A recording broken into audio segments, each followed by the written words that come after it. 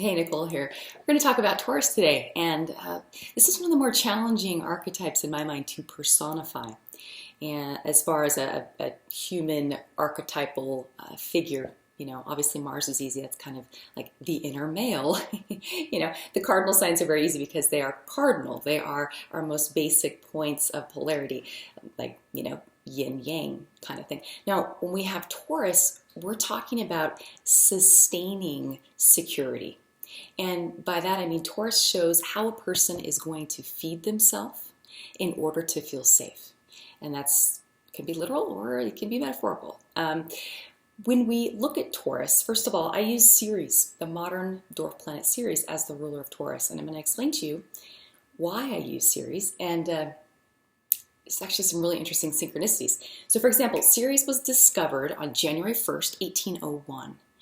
And when Ceres was discovered, she was at 23 degrees of Taurus.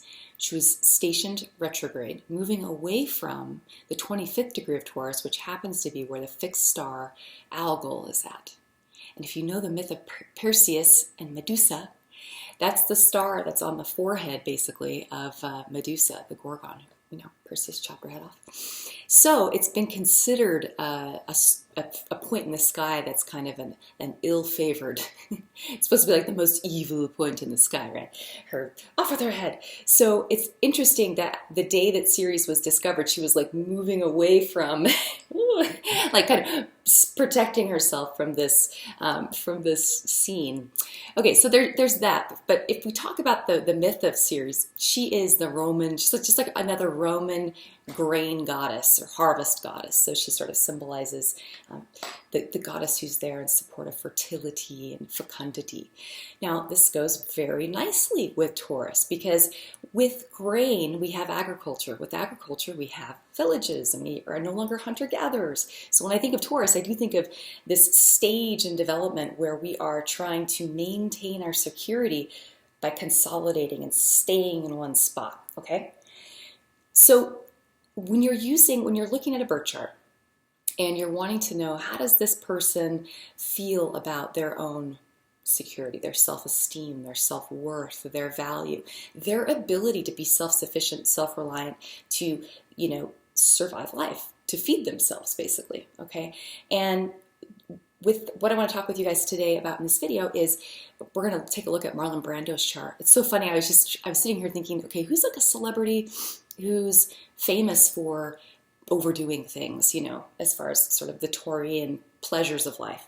And pulled his chart up, and sure enough, his chart is like a perfect example of why I think Ceres is a legitimate ruler for Taurus. The other thing I want to point out is the day that Ceres was discovered, guess where Venus was? The traditional ruler of Taurus. Venus was in Aquarius.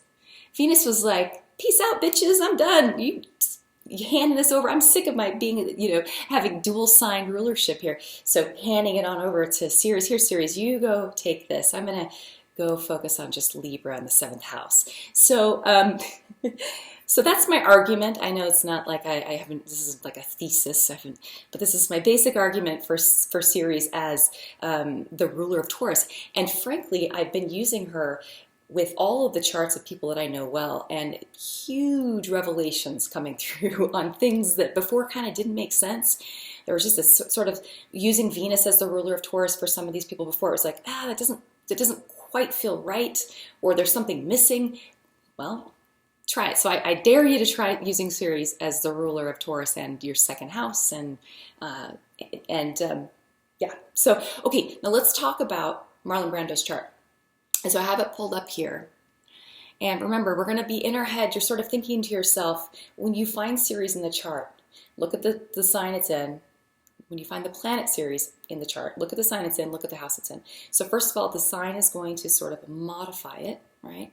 It's sort of like an adjective. Ceres is to feed yourself. How is this person going to feed themselves to feel secure? What do they eat in order to have a sense of self-esteem about themselves, a sense of feeling like I am in possession of myself and my life, all right? So there's a hunger to Ceres. And when you pull up Marlon Brando's chart, if you want to look it up, his birthday is, you can go on astro.com. He's in the Astro Data Bank, so you don't even have to enter the information in. But if in order to see Ceres, you're going to have to add him to your account, and then you have to add Ceres, okay? Because Astrodata doesn't add that on their default charts. So anyway, his birth date's April 3rd, 1924, 11 p.m. Omaha, Nebraska, and it's got a AA Rodin rating, so it's a legit birth time. Okay. Now, first thing, look at Ceres. Ceres in his chart is in the 4th house, and I didn't know anything about his childhood. I knew he was kind of a womanizer, so I figured, well, if he's a womanizer, he probably, it's coming from somewhere, right? Ceres in the 4th house of the mother, in Pisces. So Pisces has to do with, can be the absence of, the fantasy of, the having a mother who's just simply an alcoholic, like she's just not available, she's emotionally absent. It can also be very spiritual, but there's an element to Pisces of seeking a sense of deep meaning and feeling. But it's elusive. It's got this elusive quality. So when you're hungry for something that doesn't exist, the mother's love, the mother's unconditional love, you're gonna be someone who, you might have some issues. So what we do is we look at the ruler of Ceres. He's got it in Pisces, that's Neptune, up in Leo, the sign of the inner child. Neptune in Leo is like this inner child who's invisible, this little child who's not being seen. And in the 9th house, which is the Sagittarius house, there's a quality. This is the house of belief. This is the house that has to do with our understanding of the abstract existential world around us. And so you see Neptune in the 9th and in Leo, and this is someone who has a deep core wound to his inner child. Plus the fact he's a new moon. Sun conjunct moon in the 4th house of the mother. That's the child conjunct the mother. The sun, you wouldn't have been able to see the moon when he was born, right? Well, this is a new moon. There's this element of Aries being self-reliant. Plus he is an Aries. But yet at the same time, he has this hunger, this deep hunger for the motherly love that he felt like he never received. So then we go, okay, cool. So that's Ceres, this is without even looking at aspects. It's just very basic. I'm keeping it very simple. Now, if you come to the 2nd house, which is the Taurus house. So in his 2nd house, first of all, he has Capricorn and Aquarius in the 2nd house. The father, the man, he's got Mars here, which is, in my mind, the inner masculine. It's like the animus energy. It's how you're going to do things. Mars in Capricorn is very strong Mars. It's like the general or the godfather. Hello. So feeding oneself, getting a sense of security, self-esteem, sort of feeling a sense of self-worth and self-possession through being masculine, being dominant, being someone who has it, who's in control. Didn't he have like 11 kids? That's Capricorn. He's like feeding himself by just more and more children. And then he's got his Mars in Capricorn ruled by a Saturn, retrograde Saturn, 0 degrees of Scorpio. So this is like, Saturn is the father energy. When it's in Scorpio, oh man, there's pain here. There's emotional pain. And there is a wound that needs to be healed. All right? In the 11th house. This is like Prometheus. This is like his Promethean myth. It's his myth towards the father. Being a man. Being a father. Like this is where it's all coming from. So you could follow this through all of the rulers and the aspects and draw out a really interesting story. But just keeping it to just his Mars. Mars is also, it's your body, right? It's your physical body. 2nd house, Taurus. Taurus is notoriously hedonistic because Taurus is about maintaining your survival. And there's a hoarding energy to Taurus. It's like holding on to things and possessing them. And as I said, there's a hunger. You got a Mars opposite Pluto, then you got someone who's compulsively, their body, and it squares, is a T-square to his sun-moon, his mother-son complex, his mother-child complex in the 4th house. Feeding himself through his relationships with women, this elusive search for this motherly love that he'll never find. And I think he was bisexual. I think he sort of tried to find that love wherever he could find it. He was just looking, I think, for connection. But it was coming from a very unconscious place of the 4th house, the inner child.